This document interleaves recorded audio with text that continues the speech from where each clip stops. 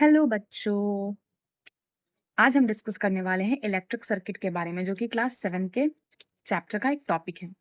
तो पिछले क्लास में हमने इलेक्ट्रिक सर्किट के बारे में डिस्कस किया था कि इलेक्ट्रिक सर्किट क्या होता है और उसे बनाने के लिए हमें कंपोनेंट्स की नीड होती है।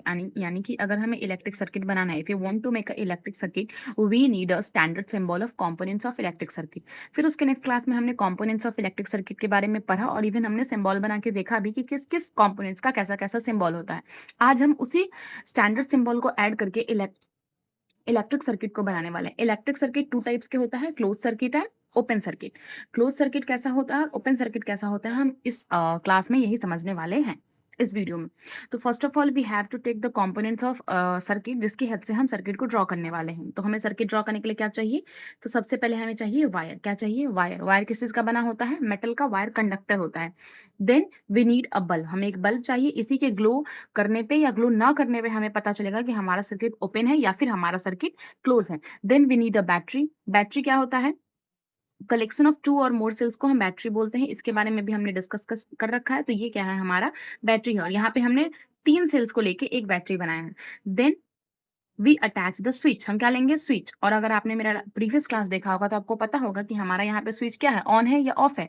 ये स्विच हमारा ऑन है। क्या है? Switch on. अगर हमारा स्विच ऑन रहेगा तो हमारा सर्किट कैसा बनेगा? क्लोज बनेगा। हमेशा क्या होता है? अपोजिट होता है। क्या होता है? हाँ, तो अगर हमारा स्विच ऑन है तो हमारा सर्किट क्या होगा? क्लोज होगा। हमेशा क्या होता है? अपोजिट होता है। क्या होता है? Opposite. Switch is on, circuit is close. Switch is of, circuit is open. ठीक है, तो यहाँ पे हमारा स्विच क्या है? ऑन है, तो हमारा सर्किट क्या होगा? क्लोज। यानी कि इधर से जब करंट आएगा तो इस स्विच के थ्रू, यानी कि यहाँ पे इन दोनों स्विच के बीच में क्या है? वायर कनेक्ट है, तो इस वायर के थ्रू करंट आगे की तरफ फ्लो करेगा।